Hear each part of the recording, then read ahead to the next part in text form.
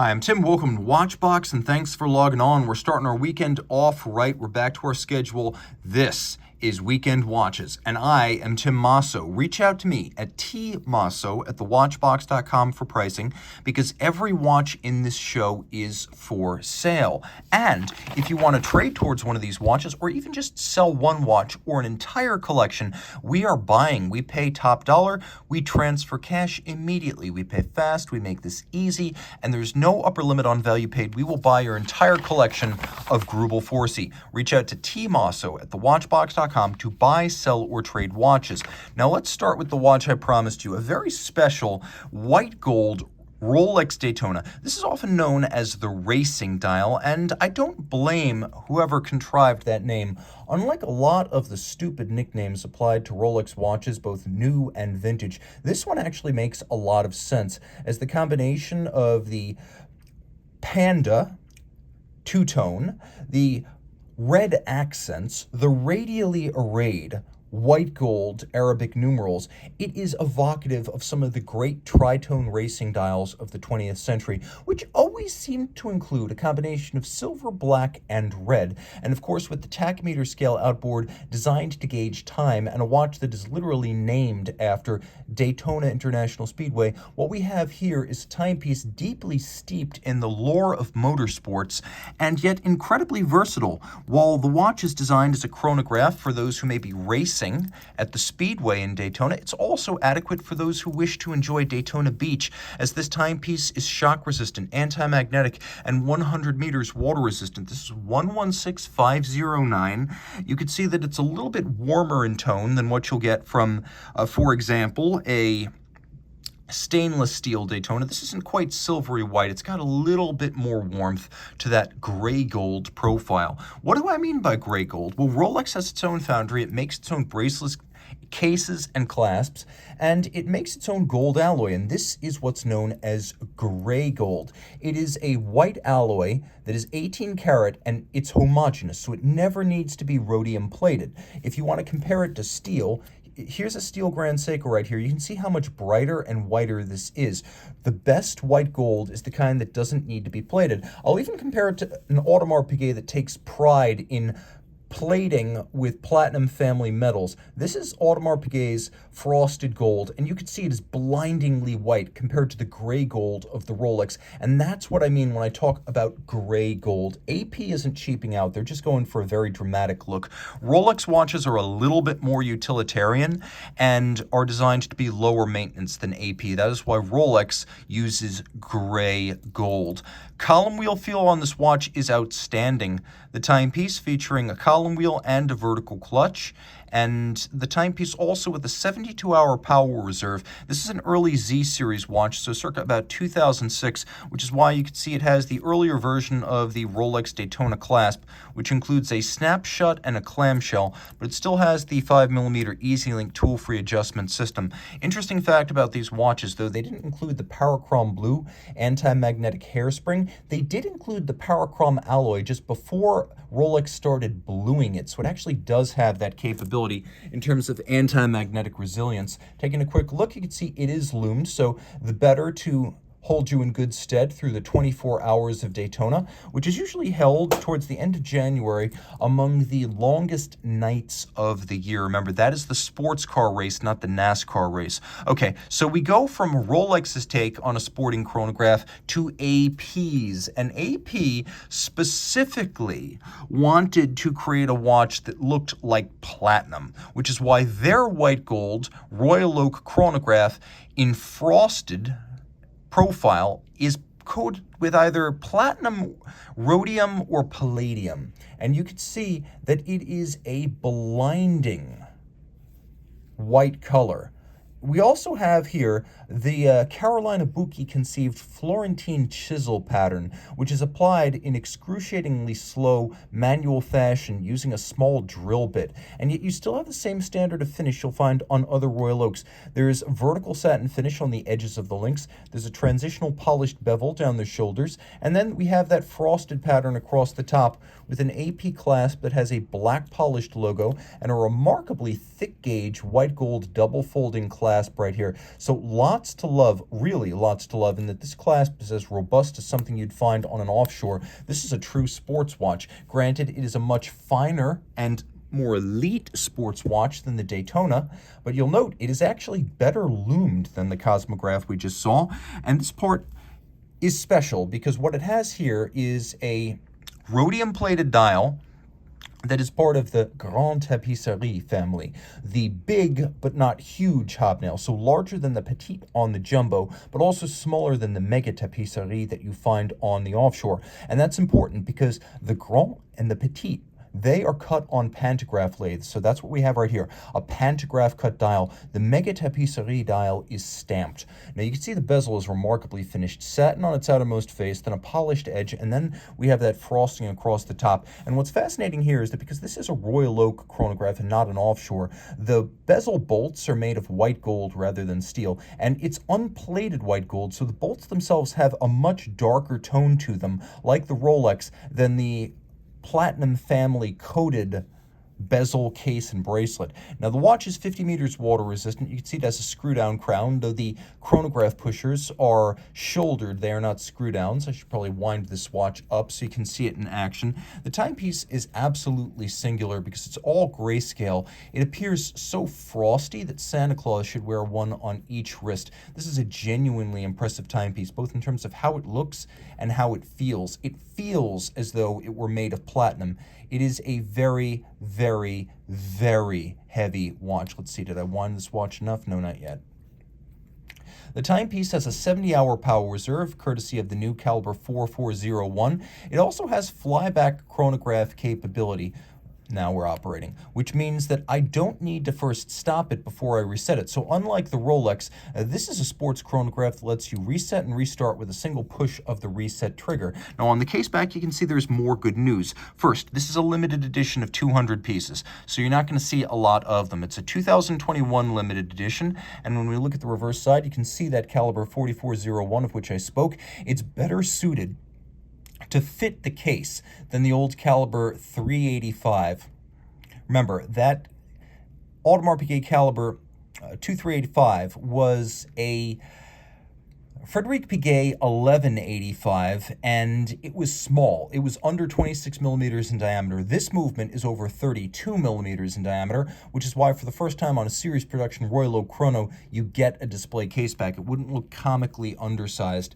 We also have a full balance bridge and a free sprung balance for shock tolerance, a higher beat rate, 4 hertz rather than the old 3 hertz. You can see the column wheel in black polish. It feels good, it sounds good, and if you look over to the opposite side, you can just barely make out that the components of the vertical clutch are visible, and that is something I rarely see. As far as I know, only the Roger Dubuis RD680 series of chronographs includes a visible vertical clutch. It's usually a buried component deep inside the movement. The watch has superb wrist presence. It's really overwhelming. As I mentioned, it feels like it's made of platinum. It takes 9 to 11 hours to finish a standard Royal Oak bracelet, add probably twice that time, and you get about what it takes to finish this bracelet. So over 20 hours of work. This is an excruciatingly hand-finished watch, and it is one of only 200 made available. Now let's say you want AP's original classic, but you want it in a fashion that stands out. Well, what you want is 2017's Royal Oak Jumbo, the 15202BA, BA for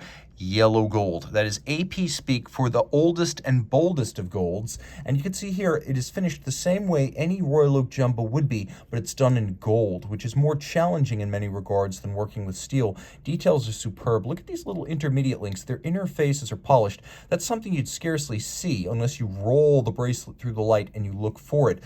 Taking a quick look at the clasp, it is redoubtable.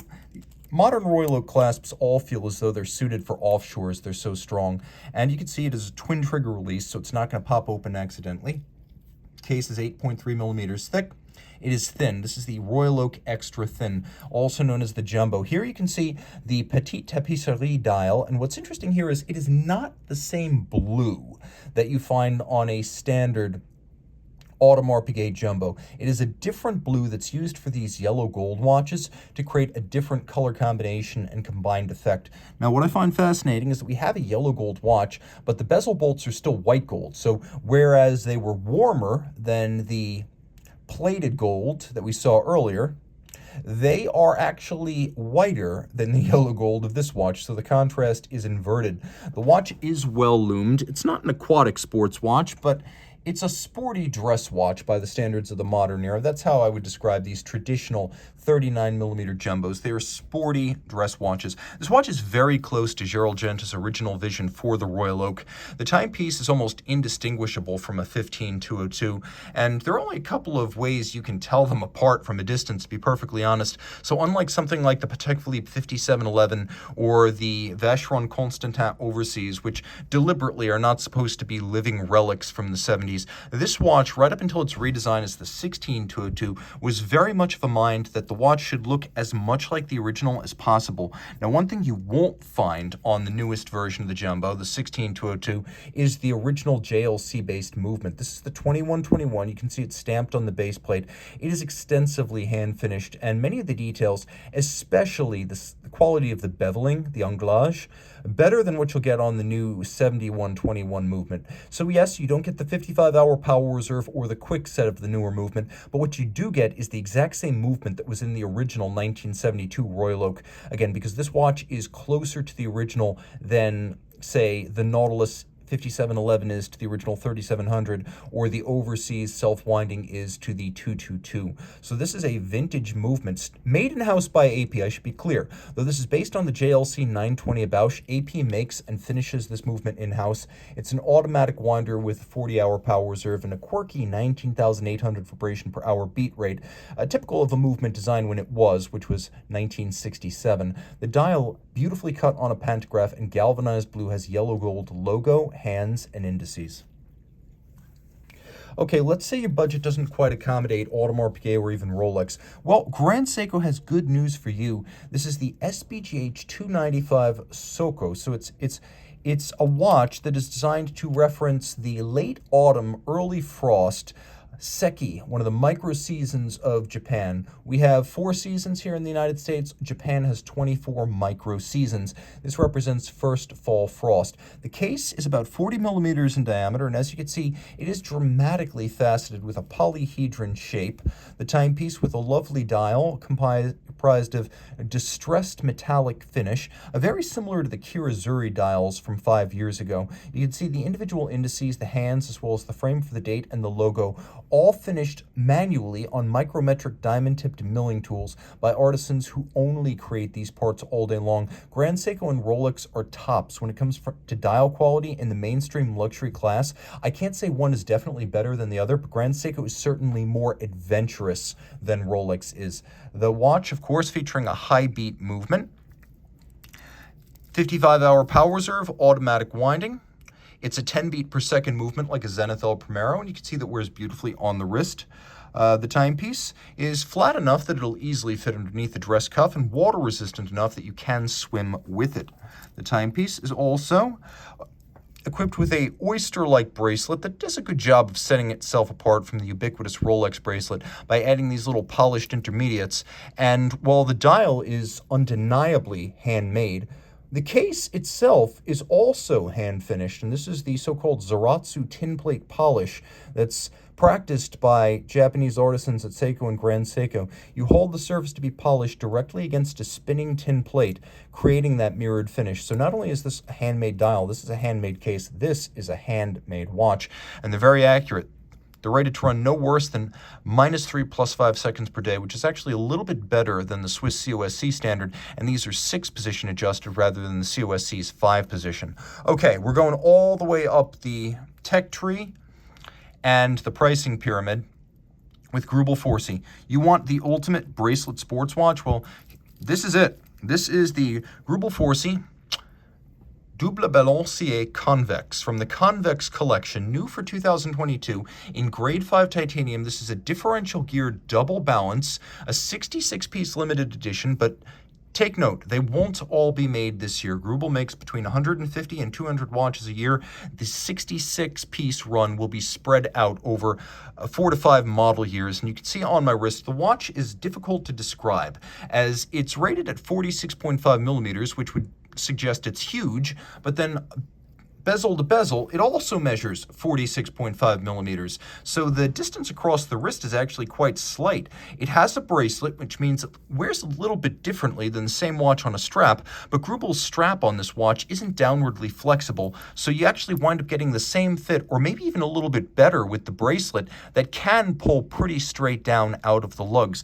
The bracelet is a new thing for Grubel 4C. Traditionally, Grubel 4C watches have been neither sports watches nor bracelet watches. Well, this is definitely a sports watch. As you can see, it's titanium. The movement's made of titanium. The bracelet's made of titanium. It's 100 meters water resistant, and it's a lot better loomed than the original Balancier S or Sport from 2020. The bracelet features differential finish. Note the combination of media blasting in the darkened recesses of the shoulder links, satin finish, as well as some polished highlights. And you can see that the recesses of the case visually extend into the flanking links. And on the underside, you'll note that every single link is removable for fine-tuning the size, which is a great thing. But you have other options, as the watch includes a micrometric regulator system. If you look carefully inside, you can see that there's a little adjustable rack that has several different detents. And if you wish, you can make some adjustments, fine-tuning the fit when it's on your wrist. And this allows you to move it in or out about 10 centimeters. That's how much adjustment you get. It may seem subtle, and it is, but this is great if you're in between sizes and simply removing one link or adding one link isn't going to do it for you. The case band is recessed with a combination of polish and satin finish, and the bezel is particularly attractive, polished on its wonderfully fluid flowing primary surface, then satin finished on its edge, and then laterally satin finished across its top. A little bit more complex than the original Balancier S. What we have here is a double balance system. The double balancier arrived from Grubel 4C in its current form in 2016 on a dress watch. Well, here it is on a sports watch, and it might be even more apropos here. Manual wind, 3-day power reserve, twin stacked barrels. You can see they move when you wind. There's a power reserve indicator at 2 o'clock. The differential right here gears these two escapements together, and it averages out the error of the two because they're both inclined at 30 degrees and then angled away from each other. When one might be inclined to run fast, the other, by virtue of an opposing position with respect to gravity, is going to slow down. So you have the instant evening effect of two different escapements and regulators that will err by a similar but opposite amount, with the differential averaging out the difference. Chronometry is the purpose here. Now you also note that it's tough. We have two full balance bridges with free sprung balance, and each one has an overcoil hairspring. So even if there were not another opposing balance and a differential to gear them together, you would still have a lot of resilience to positional or gravity-induced timing deviation by virtue of those overcoils. You could see that the mechanism on which the differential is mounted is entirely black polished. The bridges and the plates of this movement are blackened grade 5 titanium, and you can see on the reverse side, golden chaton for the pivot jewels, a solid white gold numbering plate. It's one of 266. Then you can see the underside of the differential, and it's all black polished and very impressive. Beautiful finishing, world-class stuff. This is something like the best you'll find. And in the sports watch category, you can definitely pay more for an RM sports watch, but I find those RMs tend not to be finished to a Grubel 4C standard. This is pretty much as good as it gets if you want to be able to swim with your ultra haute de gamme timepiece. Let's talk about two things that are very similar and slightly different. As you can see, 2021's M.A.D 1 and 2022's M.A.D 1 Red are large watches, instantly evocative of MB&F, and yet this is not an MB&F set. The watches were designed first for friends and family of MB&F, the MB&F army, if you will, as well as a few valued contributors and suppliers. The second watch, which came out the next year, this year, 2022, was allocated by means of a lottery because this became such a sensation that this was hopelessly oversubscribed. So in order to be fair, a lottery system was devised and people would get the opportunity to buy the M.A.D 1 Red. These are not MB&Fs. These are a product of a new venture by Max Busser. As you can see, this is M.A.D Edition. That is his new company that will create quirky and weird things. The watches are different in fashions that are not simply strap and dial color. The biggest changes are the crown. Here you can see the M.A.D 1 has sort of a a hinged crown as though it were a pendant watch. And then the M.A.D. one red has a conventional crown with the M.A.D. edition logo, which you can see is a combination of a tortoise and a battle axe. But then also the red has a thinner bezel than the original M.A.D. one, and of course the colors are different. You can see this is how you read the time. It's scrolling time, and there's a little index down at 6 o'clock on each watch, and hours and minutes scroll past. And because it's easier to set the red, I'm going to show you how this works. You pull out the crown, and then the display moves like so. So you might even consider it to be a driver's watch of sorts, since when your hand is on the wheel, like this, it's easy to see the time without having to rotate your wrist, just like so. Very convenient, easy to see, and remarkably well loomed. I'm going to show you that now. So the battle axe on top is loomed, which is a lot of fun. But then the scrolling time display is also loomed, and that through 360 degrees. The timepiece is 42 millimeters in stainless steel, and they're both really, really thick, at about 18 millimeters thick. So this is a party watch. This is not a watch to wear underneath a dress cuff. It's fascinating in that the case that holds the movement and the time display is set apart from the lugs, which ride outboard almost like pontoons. And the timepiece wears well because it's only about 49 millimeters from lug to lug. Just remember, it's really thick. It comes with a strap that is perforated with a contrasting stitch, and that's true on both of them. This one has a conventional calfskin composition, and this one it's also made of calfskin. There's no doubt. They're both leather. What it has on the top is either a textile insert or an embossed textile-like pattern on the leather base, and both of them have a M.A.D. branded double folding trigger actuated deployant stainless steel clasp. So we have two of these M.A.D. machines, and again, if you like one, we have it available. No lottery, no wait, no raffle, and guess what? If you like one, you might love two, and we've got them both.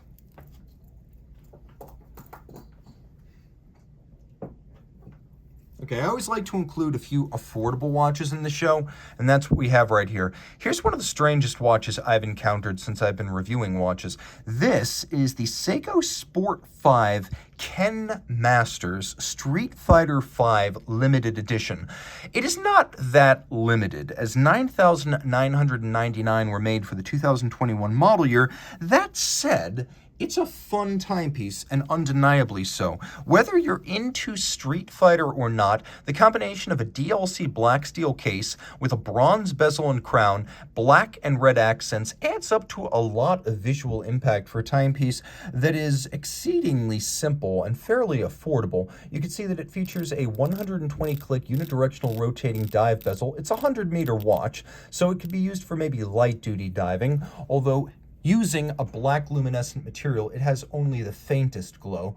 Taking a quick look at the dial, you can see that there's a pattern in a combination of gloss black and metallic red on the reverse side. By the way, the watch is broadly schemed to look like the character Ken, who has blonde hair and tends to wear a black and red suit in the Street Fighter game series, and you can see a tribute to that on the reverse side. It is the Seiko Ken limited edition. We have a little mark at the bottom of the strap that is associated with the character Ken, the Masters Foundation calipers, and then we have a little buckle that's steel DLC, much like the case. The attention to detail on the case is impressive, as we have both polished and satin finished black, and an off-centered crown that makes this a unisex option. It's thinner than it looks too, at 13.3 millimeters thick.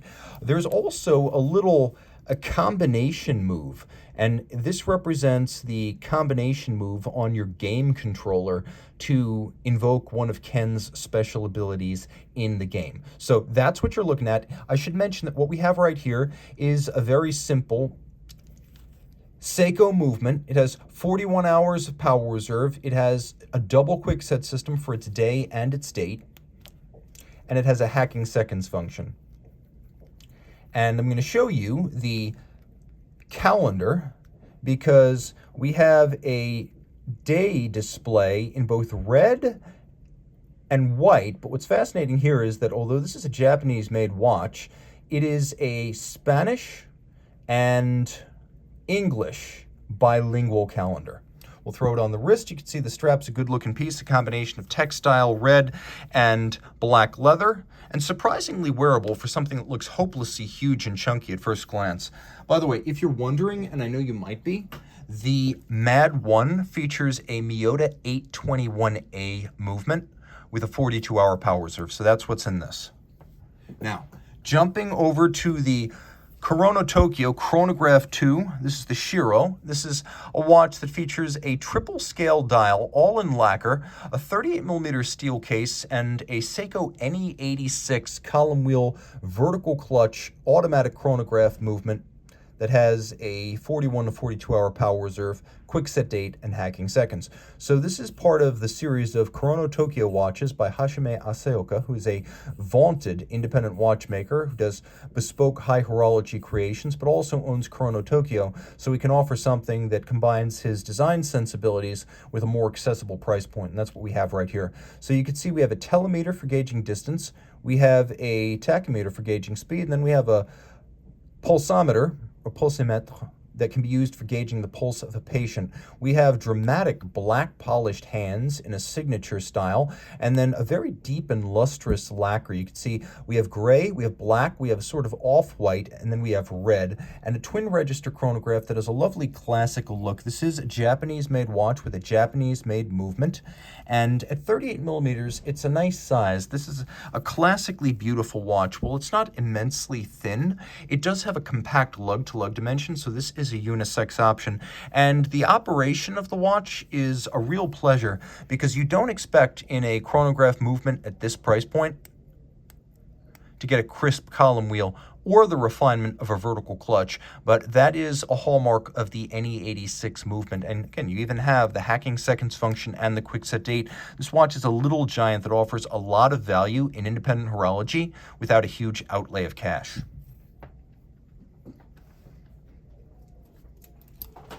Let's say you are a Porsche owner and you want to accessorize, but the Porsche design watches feel a little bit below the status and stature of the Porsche car.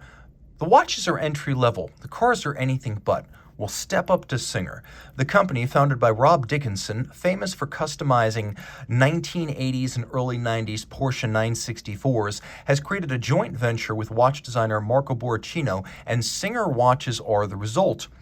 So these watches are as upscale and innovative as Singer reimagined Resto-Mod Porsches. Finally, we have a Porsche-themed watch that can actually go blow for blow on the wrist of a Porsche owner with the best of Porsche automotive lore. Taking a quick look at the dial, this is the Singer Flytrack. It's a 10-piece limited edition that came out in 2021. It is the second watch from Singer watches. They have a telemeter scale, they have a tachometer scale, and they have a pulsation scale watch. This is the pulsation scale watch. The watch has an always running chronograph seconds hand that will automatically fly back and restart when you push the reset trigger. We have a lovely tobacco brown center dial. We have a ceramic ring outboard that indicates the hours circumferentially. We have a beautifully dished golden chapter ring for reading the seconds and the minutes. And the way this works is that you read the time outboard.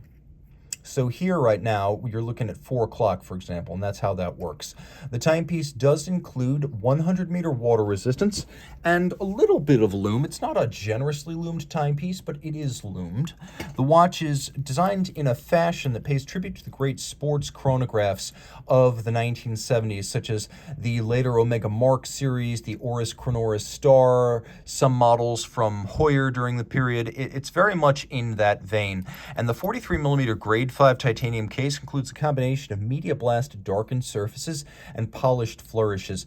The timepiece is a limited edition of 10. You can see this is number 5 of 10, and it has a little solid gold medallion with the individual numbering on there. Taking a look at the case back, you can see the Agengraph. This is the Agengraph 6364, created and made in Geneva by Agenor, which in the past has done everything from develop perpetual calendars for Panerai to movements for MB&F to entire watches for the Harry Winston Opus series, which is to say, under Jean-Marc Wiederrecht, these people know what they're doing. The movement is said to be finished the standard of the Geneva hallmark, and since it's made in Geneva, it would technically be eligible responsible for it, but they didn't go through the extra expense of certifying every single Graph. Just know this, the finishing is outstanding. This is a manual wind version of it. Some versions of this have a rotor underneath the dial. To make this watch thinner, they've gone with a manual wind variant that has a 55-hour power reserve, and it uses a combination of a sharp indexing action with a clutch that combines elements of lateral clutch and vertical clutch for minimal play and better shock resistance. It is a good-looking movement. You can see the Singer logo on the ratchet wheel. You can see it on the underside of the strap. You can see it on the crown. And then, of course, you have the Singer script on the dial as well as on the buckle. A very cool watch. Remember, it's 100 meters water resistance. You can totally take the swimming if you put it on a water resistant strap. This is a company that makes a watch that is commensurate to Porsche's reputation. So if you want a Porsche watch, Porsche design might be the last place you look. This fits the bill.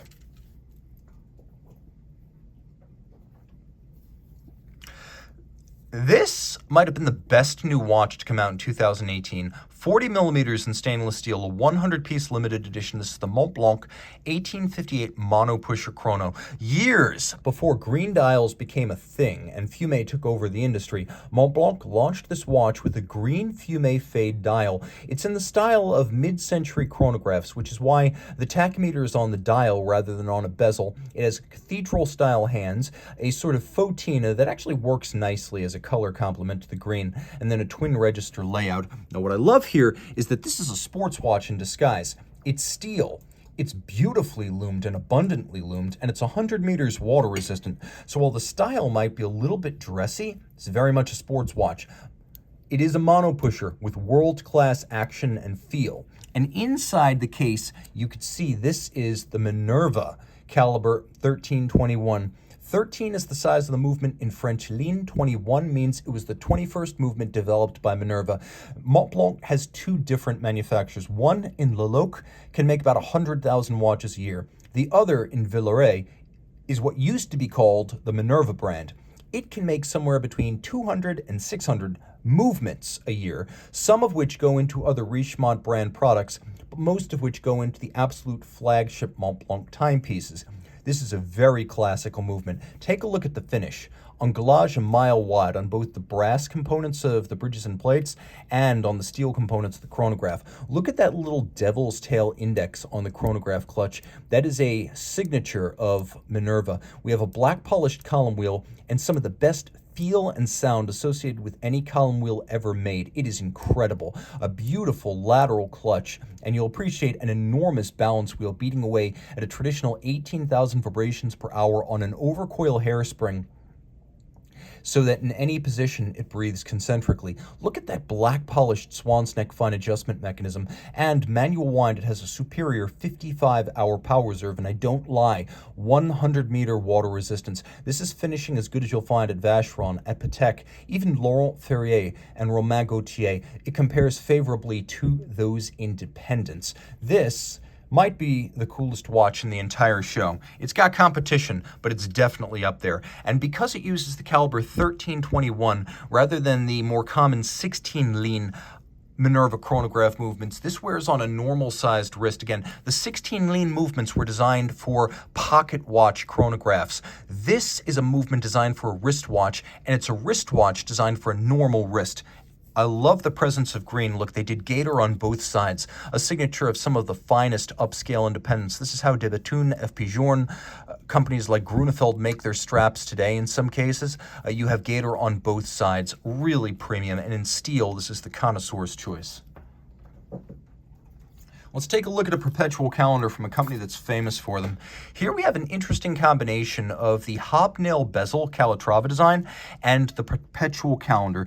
38 millimeters in white gold. It's the Patek Philippe 5139G-001. You can see it has a perpetual calendar that does not need to be touched during irregular months and leap years. So you can see that once you set it, you can essentially forget it. And because it uses the micro rotor caliber 240, it is ultra thin at only 8.3 millimeters thick. On the reverse side, you can see caliber 240Q, and this example was made prior to mid-2009, so it has the original Geneva hallmark rather than the later Patek Philippe crest. Now, since the 3520 of the early 1970s, the hobnail bezel straight lug Calatrava has been part of the Patek Philippe dress watch canon. It's one of the core models. Adding the Perpetual calendar takes it upscale, and because most Calatravas feature either the 324 central rotor automatic or the 215 manual wind movement, it's rare to see one that features a micro rotor, but because the Patek Philippe Perpetual calendars tend to include the micro rotor, you get the best of both worlds here. You get that classical hobnail bezel Calatrava style, but with high complications and the more premium of the two primary Patek automatics. 48-hour power reserve, micro rotor winding. We have a combination of a 5-position adjustment and a free sprung Gyromax style balance. There's a full white gold deploying clasp. We'll throw this watch on my wrist. Very comfortable, short across the wrist, suitable for a man or a woman, and super flat thanks to that micro rotor, even with a modular complication and automatic winding. A really cool piece that cuts to the heart of what Patek Philippe watchmaking is all about. But Patek is also about innovation, and few watches of the modern era reflect as much innovation at Patek as the 5235G. Originally announced in 2011, but not widely delivered until 2013, this watch loaded up on special features. First, let's get to the reason the watch shipped so slowly. An all-new movement. This is not the 240. Remember, the 240 micro rotor is 27.5 millimeters in diameter. This is the 31260 REG. This is 33 millimeters in diameter, which means it better fills the case back of a larger modern watch. Also, look at the difference in architecture between these two. The 240 features bridges that more or less fall over wherever the engineers decided the train wheels should be located. So in other words, it's built and then it's finished. This was designed to look spectacular in terms of the proportions of the parts and their arrangement in relation to each other, but it also features fine finish. That's why you have this lovely crescent arc as you trace the bridges down from the barrel to the escapement, and why you have a nice balance and a vintage-inspired finger train system for the third wheel, the fourth wheel, and the escape wheel. It features elements of the Patek Philippe Advanced Research Series, too. It was the first watch made by Patek that was not part of the Advanced Research Series to include the full silicon escapement, which is what we have here. Not just the Spiromax silicon hairspring, but the Oscillomax and Pulsamax combination of the silicon lever and the wheel. So this is a very advanced movement. It's a 48-hour automatic winding micro rotor. It also includes a regulator dial and a feature you don't get on the caliber 240 micro rotor, which is hacking seconds. Why do I call this a regulator? Because it has the combination of separate hours, minutes, and seconds on separate scales that you would have found on a regulating clock as featured in a vintage watchmaking studio, making it easier to regulate watches being worked on. It is also an aperture-style annual calendar, as we have the day, the date, and the month in windows, making them easier to read. Terry Stern has described this watch as one of his favorite designs, and you can see why. Starting from the buckle, we have a lot of nods to Patek history here. We have a buckle that includes a vintage Patek logo. This is a buckle only featured on the 5235 series. We have a case inspired by the 3448 and the 3450 vintage Perpetual calendars with sharp angular lugs and conical bezels. We have a dial with a stainless steel-like vertical brushed profile on a silvered surface. It's all blue on silver printing, and you can see that the watch features a Patek Philippe logo that's engraved into the dial rather than printed with blue on silver print. Absolutely gorgeous. 40.5 millimeters in diameter. It wears in spectacular fashion on the wrist. It's a great match for my wrist. It is my favorite Patek Philippe at any price, and would probably be among the top 2 choices for my next watch personally. So this is a fantastic piece, and I believe in it deeply. That said, the next watch has by far the best lume of anything featured on today's show. This, can you guess? Can ya? This is the Resence Type 1 Slim Night blue. It has the Resonance Orbital Convex System, which is itself a regulator with separate hours, minutes, and seconds, and then a little 7-segment day of the week indicator. This timepiece, which is 42 millimeters in grade 5 titanium, is only 10.8 millimeters thick because it is the Type 1 Slim. And the Orbital Convex System is a Resonance proprietary module on top of an ETA 2892 base. And back in 2019, when this came out, ETA typically had supplied 2824s as the base movement to Resonance. By replacing the 2824 with the 2892, the watch was made considerably thinner. While Resonance claims 11 millimeters thick, they lie. I measured this at 10.8. It is a orbital planetary style dial that is also a regulator, again, because of the separation of the seconds, the minutes, and the hours. What you're looking at here is 5. Now, is this 5 a.m. or is it 5 p.m.? Well, we know because we have this little day of the week indicator, and the two hollow segments represent the weekend days, and because the little index moves in a clockwise direction, we can see we are at the beginning of the second weekend day, so we are at 5 a.m. on Sunday. That's how you read this system, and it's just a lot of fun to play with. Benoit Mintiens, who's the founder of Resonance, is a Belgian industrial designer, and his idea was a watch that was fun to interact with, friendly and approachable, which is why the hand is their logo, and you can see that hand on both the dial and the little pin inside the buckle. It is a crownless watch that has a case-back lever. This arrived originally on the Type 1 Squared that allows you to wind and set the watch. It is an automatic winder, so you don't need to wind it if you wear it every day, but you can wind it should it ever stop, and you can use that case-back lever to easily and quickly set the timepiece. Now, it's only 42 millimeters in diameter and 48 millimeters from lug to lug, which is to say it wears really easy on a small wrist. Although my wrist is 16 centimeters circumference, I think you can even get away with wearing this on a female wrist, maybe even 13.5 centimeters circumference. And though it's not really a sports watch or a dress watch, this titanium timepiece will fit underneath the cuff, so you can wear it pretty much full time. This is a very cool watch from a super innovative independent. Reach out to tmosso at thewatchbox.com for purchase and pricing details.